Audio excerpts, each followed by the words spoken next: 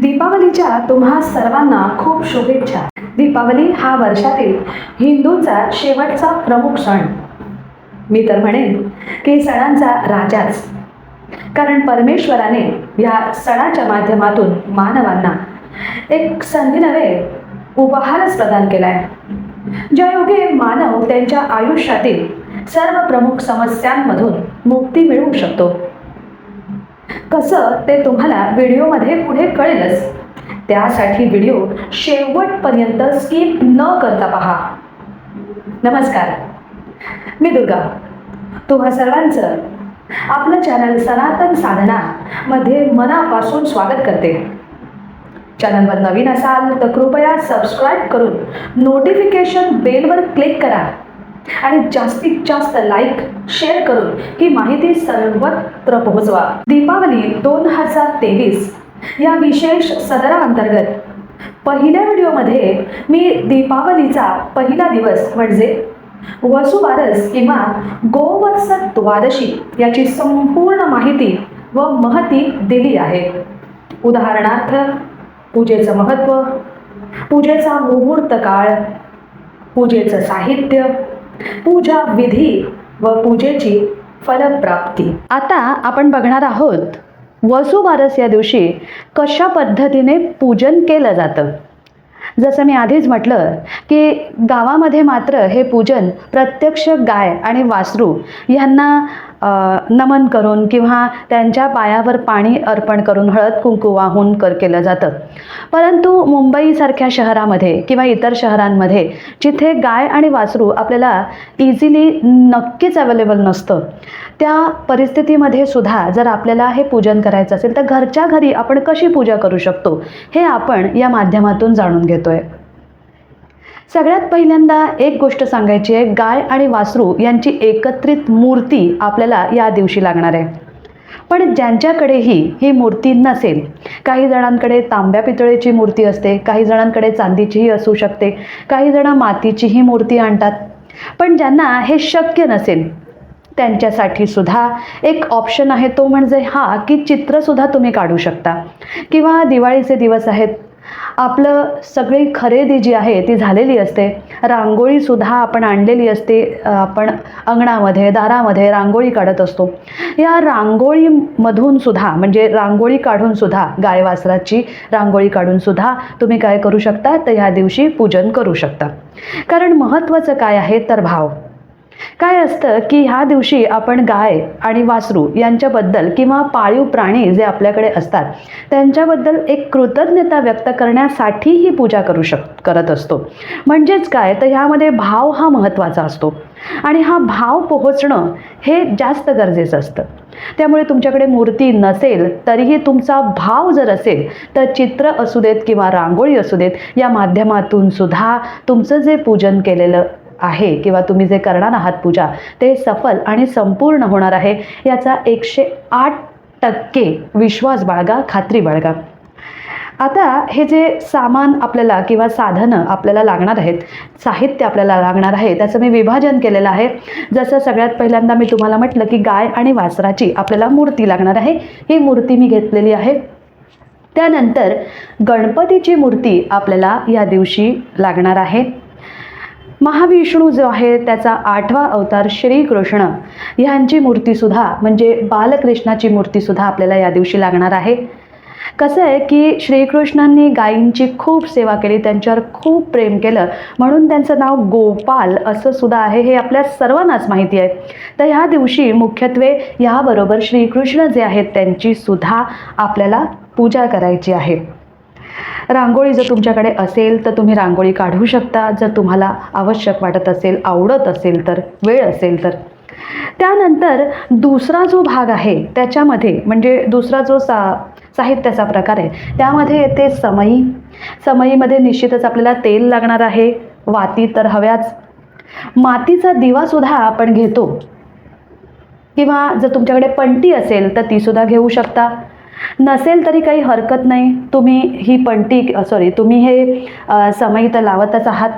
त्याचबरोबर तामण आहे, पंचपात्र आहे, पळी आहे, त्यानंतर फुलं आहेत, दुर्वा आहेत, घंटी जी आहे त्याचं सुद्धा या दिवशी आपण पूजन करत असतो.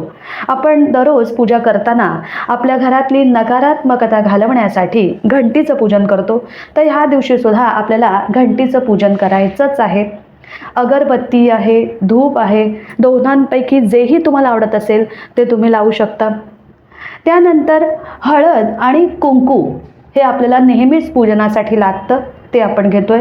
अक्षता घेतलेल्या आहेत. या अक्षतांना मी आधीच हळद आणि कुंकू वाहिलेलं आहे. तुम्ही नाही असं केलं तरी चालेल. जेव्हा तुम्ही अक्षता ठेवाल त्यानंतर हळद कुंकू तुम्ही वाहू शकता. गूळ आणि खोबऱ्याचा नैवेद्य आपल्याला या दिवशी ठेवायचा असतो. या दिवशी आपण मुख्यत्वे सफेद मिठाई किंवा सफेद जे पदार्थ आहेत ते आपण नैवेद्यामध्ये किंवा प्रसाद म्हणून ठेवत असतो. तर त्यासाठी मी ह्या लाह्या घेतलेल्या आहेत आणि हे बत्तासे सुद्धा तुम्हाला दिसत आहेत. त्याचबरोबर इथे मी कवड्यासुद्धा घेतलेल्या आहेत. कवड्या म्हणजे आपण म्हणतो की देवीचं प्रतीक असतं ते, म्हणून या दिवशी हे सुद्धा मी एक प्रतीक म्हणून घेतलेलं आहे देवी मातेचं. विड्याची पानं आपल्याला लागतात. विड्याची पानं म्हणजे लक्ष्मीचं प्रतीक आहे असं मानलं जातं, म्हणून विड्याची पानं सुद्धा तुम्हाला इथे दिसत आहेत, ज्यावर आपल्याला या मूर्तींची स्थापना करायची आहे. गंध आपल्याला हवं आहे. गंध, दूध, पंचामृत आणि जल यांचा अभिषेक या तीनही मूर्तींना आपल्याला घालायचा आहे आणि त्यानंतरच आपण पूजनाला सुरुवात करायची आहे. आत्तापर्यंत आपल्याला मुख्यत्वे काय काय साहित्य लागणार आहे, साधनं लागणार आहेत याविषयी आपण बोललो आहोत. फुलंही तुम्हाला दिसत आहेत. तुम्हाला ज्या पद्धतीने रचना करायची आहे, आवडते आहे, त्या पद्धतीनं तुम्ही ही रचना करू शकता. पुन्हा एकदा सांगते, महत्त्वाचं म्हणजे काय तर भाव. हा भाव तिथंपर्यंत पोहोचणं हे अत्यंतिक महत्त्वाचं आहे. जी कृतज्ञता तुम्ही या सृष्टीसाठी, ह्या पशु पक्ष्यांसाठी, या देवतांसाठी व्यक्त करणार आहात, तीच कृतज्ञता त्यांच्यापर्यंत पोहोचणार आहे आणि तुम्हाला त्याचे सकारात्मक जे परिणाम आहेत ते मिळायला सुरुवात होणार आहे. सुरुवात करूया पूजेला. सर्वात पहिल्यांदा आपण चौरंग घेतलेला आहे आणि त्या चौरंगावर आपण हे लाल वस्त्र घातलेलं आहे. तुम्ही बघताय हे फुलं जी आहेत ती मांडलेली आहेत. अक्षता, जसं मी तुम्हाला सांगितलं की अक्षता ह्या खूप महत्त्वाच्या असतात. गंध आणि कुंकू वाहिलेल्या ह्या अक्षता आहेत. या अक्षता आपण मांडलेल्या आहेत आणि त्यानंतर समई आपण ठेवतोय. आपल्या पूजेचा हा आत्मा आहे असंही आपण म्हणू शकतो, कारण आपण पहिला दिवा लावलेला आहे. याला आपण फूल अर्पण करणार आहोत. तर तामण घ्यायचं आहे. या तामणामध्ये आपल्याला सगळ्यात पहिल्यांदा या गणपती बाप्पाचं जल अभिषेक, त्याचबरोबर गंध आणि पंचामृत किंवा दुधाचा अभिषेक करायचा आहे. वक्रतुंड महाकाय कोटिसूर्य समप्रभ निर्विघ्नं कुरु मे देव सर्व कार्येषु सर्वदा. आपली पूजा ही संपन्न व्हावी, अतिशय निर्विघ्न पार पडावी, यासाठी आपण गणपती बाप्पाला प्रार्थना करतोय. त्यानंतर हा गंध अभिषेक सुद्धा गणपती बाप्पाला करायचा आहे आणि त्यानंतर पंचामृत किंवा दुधाचा अभिषेक गणपती बाप्पाला घालायचा आहे. गणेशाय नमः. बाप्पाचा जप सुद्धा तुम्ही त्यावेळी कंटिन्यू करू शकता. श्री गणेशाय नमः, श्री गणेशाय नमः पद्धतीनं तुम्ही अभिषेक घालायचा आहे. घालून झाल्यानंतर विड्याचं पान आपल्याला या चौरंगावर ठेवायचं आहे. अक्षता आपल्याला इथे ठेवायच्या आहेत. साधे तांदूळ किंवा साध्या अक्षता घेतल्यात, त्यांनी त्याच्यावरती हळद आणि कुंकू आवर्जून वाहायचं आहे आणि मग गणपती बाप्पाची जी मूर्ती आहे, ज्याला आपण अभिषेक घातलेला आहे, ती स्थापन करायची आहे आणि मनोभावे गणपती बाप्पाला नमस्कार करून आणि निर्विघ्न पार पाडावी यासाठी प्रार्थना करायची आहे. बाप्पाला फूल वाहायचं आहे. आपल्या सर्वांना माहितीच आहे की गणपती बाप्पाला दुर्वा खूप आवडतात, म्हणून सगळ्यात पहिल्यांदा गणपती बाप्पाला दुर्वा वाहायच्या आहेत. व्हायचं आहे गणपती बाप्पाला. बाप्पानंतर दुसरी मूर्ती जिचं आपण पूजन करणार आहोत ते आहेत बालकृष्ण किंवा श्रीकृष्ण. यांना सुद्धा आपण जल अभिषेक सगळ्यात पहिल्यांदा घालणार आहोत. नमो भगवते वासुदेवाय अभिषेक घालणार आहोत आणि त्यानंतर आपण पंचामृत किंवा दुधाचा अभिषेक घालणार आहोत, जसं आपण गणपती बाप्पाला सुद्धा घातलाय. यावेळी तुम्ही श्रीकृष्णाचा महामंत्र सुद्धा जप करू शकता. कृष्ण हरे कृष्ण कृष्ण कृष्ण हरे हरे, हरे राम राम राम हरे हरे. आपण गणपती बाप्पाची स्थापना केली आहे, त्याच पद्धतीने आपल्याला श्रीकृष्णांची सुद्धा स्थापना करायची आहे. सगळ्यात पहिल्यांदा विड्याचं पान ठेवायचं आहे, त्यावर अक्षता वाहायच्या आहेत. नंतर आपण श्रीकृष्णांची मूर्ती त्यावर स्थापन करायची.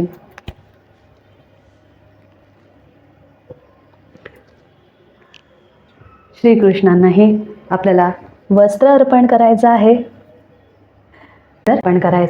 जर वस्त्र नसेल तरीही चालेल, काही हरकत नाही. गाय आणि वासरू यांच्या संदर्भात मी तुम्हाला सांगितलं की भाव महत्त्वाचा, मूर्ती नसली तरी चालेल.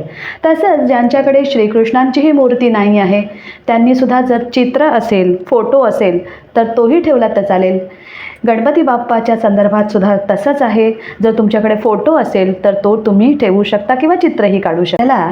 तिसरी महत्त्वाची मूर्तीची स्थापना करायची आहे, गाय आणि वासरू. मूर्ती आपण तांबणामध्ये घ्यायची आहे. पायावर आपल्याला जल अभिषेक करायचा आहे, तो तुम्ही करून घ्यायचा आहे. तर गोमातेला अर्पण करायचं आहे. देवता वासरू त्यांची सुद्धा स्थापना अशाच पद्धतीने आपल्याला करायची आहे. पान घ्यायचं आहे, अक्षता वाहायच्या आहे. नंतर केलेली जी गाय आणि वासरू आहे स्थापना करायची आहे, व्हायचं आहे.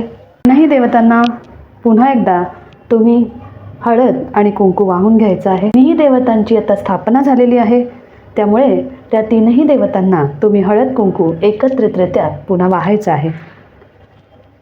फुलं आपण वाहिलेली आहेत. म्हटलं की मातेची सुद्धा या दिवशी आपण पूजा करतो. लक्ष्मी मातेची मूर्ती असेल ते सुद्धा ठेवू शकतात या पूजनामध्ये. किंवा मी काय केलंय की ह्या ज्या कवड्या आहेत त्यांचं पूजन इथे मी करणार आहे, म्हणून या कवड्या मी इथे ठेवलेल्या आहेत. सुद्धा आपण हळद आणि कुंकू वाहून घ्यायचं आहे. त्या पद्धतीने ह्या कवड्या ठेवायच्या आहेत, त्या पद्धतीने तुम्ही ठेवू शकता.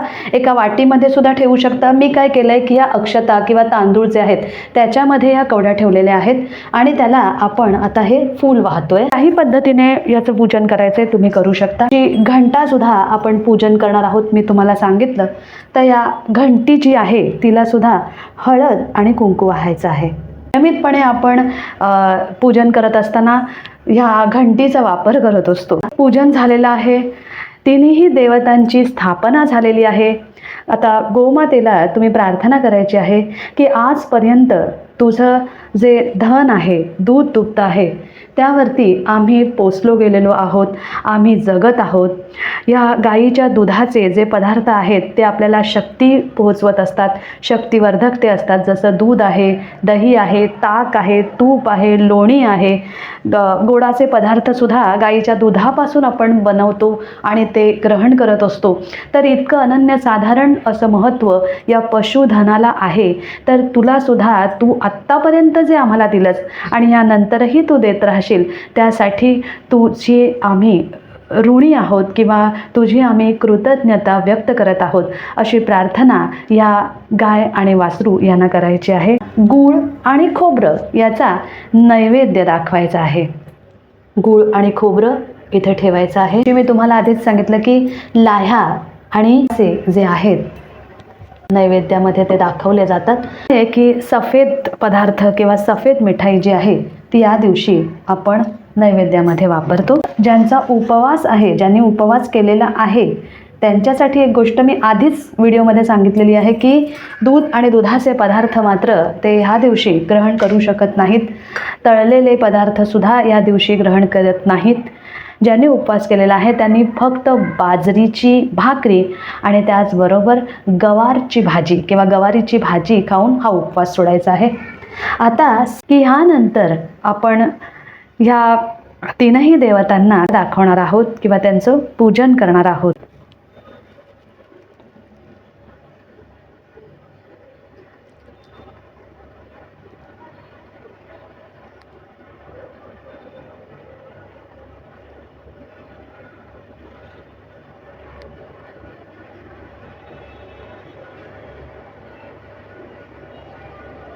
पद्धतीने तुम्ही यावर्षी 9 नोव्हेंबरला या तीनही देवतांचं पूजन करा आणि तुमच्या आयुष्यामध्ये जी संकट आहेत, आर्थिक विवंचना आहेत, त्याचबरोबर तुमच्या बाळांना काही दुखणी असतील, काही आजार असेल, तर तो सुद्धा तुम्हाला दूर करण्यासाठी एक अत्यंत यशस्वी असा हा मार्ग आहे. प्रकारे ही आपली वसुबारस या दिवशी जी पूजा आपण करणार आहोत ती संपन्न झालेली आहे.